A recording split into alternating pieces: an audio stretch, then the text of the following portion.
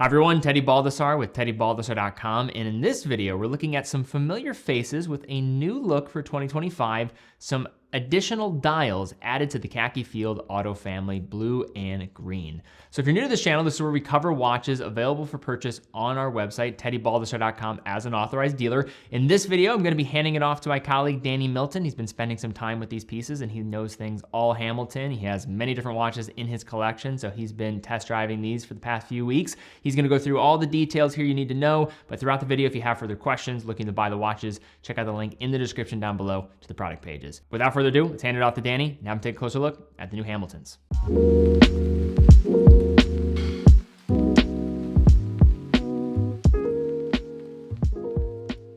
You might argue that the field watch trope has been done to death in the watch industry, but it pays to remember two things. One, if the style wasn't popular, watch brands wouldn't make so many of them. And two, is that Hamilton arguably makes some of the best field watches in the game. Today we're looking at such a watch via the Hamilton Khaki Field Automatic in two brand new colorways in blue and green. To be more specific, there is a striking sunray blue and an olive green dial. Now let's turn to the case.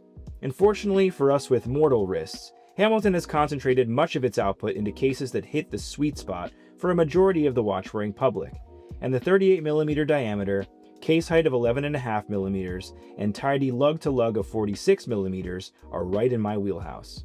Combine that with the 20mm lug width, and you've got a real strap monster on your hands, or wrist. Finishing is tool watch appropriate with circular brushing on the case top and horizontal brushing along the flanks, but there's a dash of polish in the form of that nicely sloping bezel that meets the flat sapphire glass. It's little touches like these that elevate a function over form watch into something with a bit more versatility. Water resistance is an up for anything 100 meters, aided by the substantial push-pull crown and screwed-in display caseback. The sign crown is slightly oversized, and with its precisely ribbed texture, it's a real pleasure to operate. As far as the means of attachment, you have options. On both the blue and green dialed variants, you can specify a calfskin leather strap in a medium brown that features contrasting white stitching for a fantastic vintage look. These straps are lined and utilize a stainless pin buckle with a taper that goes from 20mm at the lugs down to 18. And as we're dealing with a dressier take on a field watch here, the 20mm lug width offers a universe of possibilities, as the Khaki Field Auto looks great on any number of leather straps, and would match nicely with canvas or nylon fabric too. But for a mere $50 upcharge, the bracelet option is an absolute no-brainer, with its rugged 3-link configuration and brushed finish bringing the watch upmarket in an instant. It becomes a competent, confident daily driver that can dress up or down with ease, offering a similar vibe to any number of elevated field watches like the Explorer, but at a much more attainable point of entry. It's one of those watches that you can just throw on and call it a day, with no need to think about whatever situation you find yourself in as you go about your business. It just works. The signed twin push-button clasp boasts a machine construction that inspires confidence, getting a boost of refinement from its polished edges. And while it doesn't offer a whole lot of leeway in terms of micro-adjustment, you shouldn't have too much trouble getting a good fit. Now, the new dial colors are definitely the headline here, giving us two new options beyond the prior and current black and silver. Now you can opt for a bright blue or the military-leaning olive green. Both colors look fantastic, with the blue offering a more traditional presentation, while the olive skews more toward the adventurous spirit. The dial aesthetic splits the difference between the rudimentary functionality of the Khaki Field Mechanical and the more restrained refinement of the Khaki Field Murph. In other words, it's more polished in its presentation over the matte, all-business look of the Mechanical, yet still offers the visual information that the Murph dial forgoes. Starting at the outer edge of the dial, you'll find the printed minute track, further divided into sub-seconds. Moving inward, bold Arabics indicate the hours, and as we reach closer to the center, a military 24-hour scale provides added utility. Dial text is kept to a minimum, with the Hamilton word mark below 12 and Khaki Automatic above 6.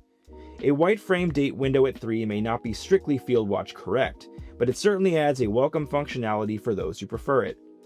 The entirety of the printing is rendered in bright white. A healthy shot of lume can be found within the modified sword, hour, and minute hands, both featuring an extended needle tip. The second hand makes its presence known with a bold red arrow tip, and the arresting pop of color works beautifully paired with both colorways. Finally, we need to talk about the textures on the dial. Worlds away from the flat finishing of the mechanical, we see a well-executed sun ray dominating the center of the dial, and again at the very outer edge. Both the blue and green showcase the finish extremely well, catching the light in ways that will have you sneaking a look more often than you realize. But there's another element at play in the form of a finely snailed texture that provides the backdrop for the hour markers. And this level of detailing is what sets this dial apart from the herd. The concentric rings are so minuscule, they only reveal themselves upon close inspection. But the visual interest they add makes these dials real standouts, even within Hamilton's catalog. All told, the dial is the star of this show, and its intriguing textures really elevate the proceedings, while somehow never coming off as overly busy, which is some accomplishment. Like we mentioned with some other models like the Hamilton Khaki Field Murph 38 and the Khaki Field Murph 42, the 38mm Khaki Field Automatic boasts one of the better movements among its competition via the H10. The H10 is essentially a modified ETA C07.611, and that has always been an advantage for Hamilton, as it is a corporate sibling to the ETA division within the Swatch Group's portfolio of brands, so they can easily leverage the power of a vertically integrated manufacturer. The H10 features both hacking and hand winding, a Nivicron balance spring, and the slower beat rate of 3 Hz, or 21,600 vibrations per hour, which contributes to its category-leading power reserve of 80 hours. The Powermatic 80 family of movements are anecdotally better regulated than many of their peers, and on the H10 you'll see a higher level of finishing, which is simple, but clean and aesthetically pleasing, with the cutout vintage Hamilton H being a highlight. We've spoken about the H10 and other Powermatic movements within the Swatch Group at length, and there are 2 reasons for their continued popularity: their proven reliability and performance, offered at a reasonable price. Now let's look at the pros and cons, and as I like to do, we're going to start with the cons. And the first here is going to be something that shouldn't technically be in a field watch, but is, and that is the date window. Of course, it's much more functional and better for everyday use, but if you're a field watch purist, this could be a turnoff. And kind of on the same point, the lack of what would typically be a muted dial on a field watch is kind of blown up here via the sunray finishing on both the blue and olive green dials. Now, having seen these watches in person and worn them and spent time with them, I happen to think these dials are a knockout. But again, if field watches are your bag in a very specific kind of way, then sunray dials might not be in said bag. And lastly, of course, automatic winding isn't as quote-unquote authentic in a field watch. But let's move on to the pros. And the main pro here, of course, is going to be the 38mm sizing. It just wears perfect on all manner of wrists. I've loved it on the 38mm Murph, and I love it just as much on the Khaki Field Automatic. And the dials add a certain refinement here that makes the watch elevated. It goes beyond its field watch-ness. It takes it beyond the field watch category because you can really dress up or dress down the watch however you want, and the pop of color is just, well, fun. Speaking of elevation, you find that in the form of the mixed dial finishing and the polished bezel. And you know what? The price is nice too.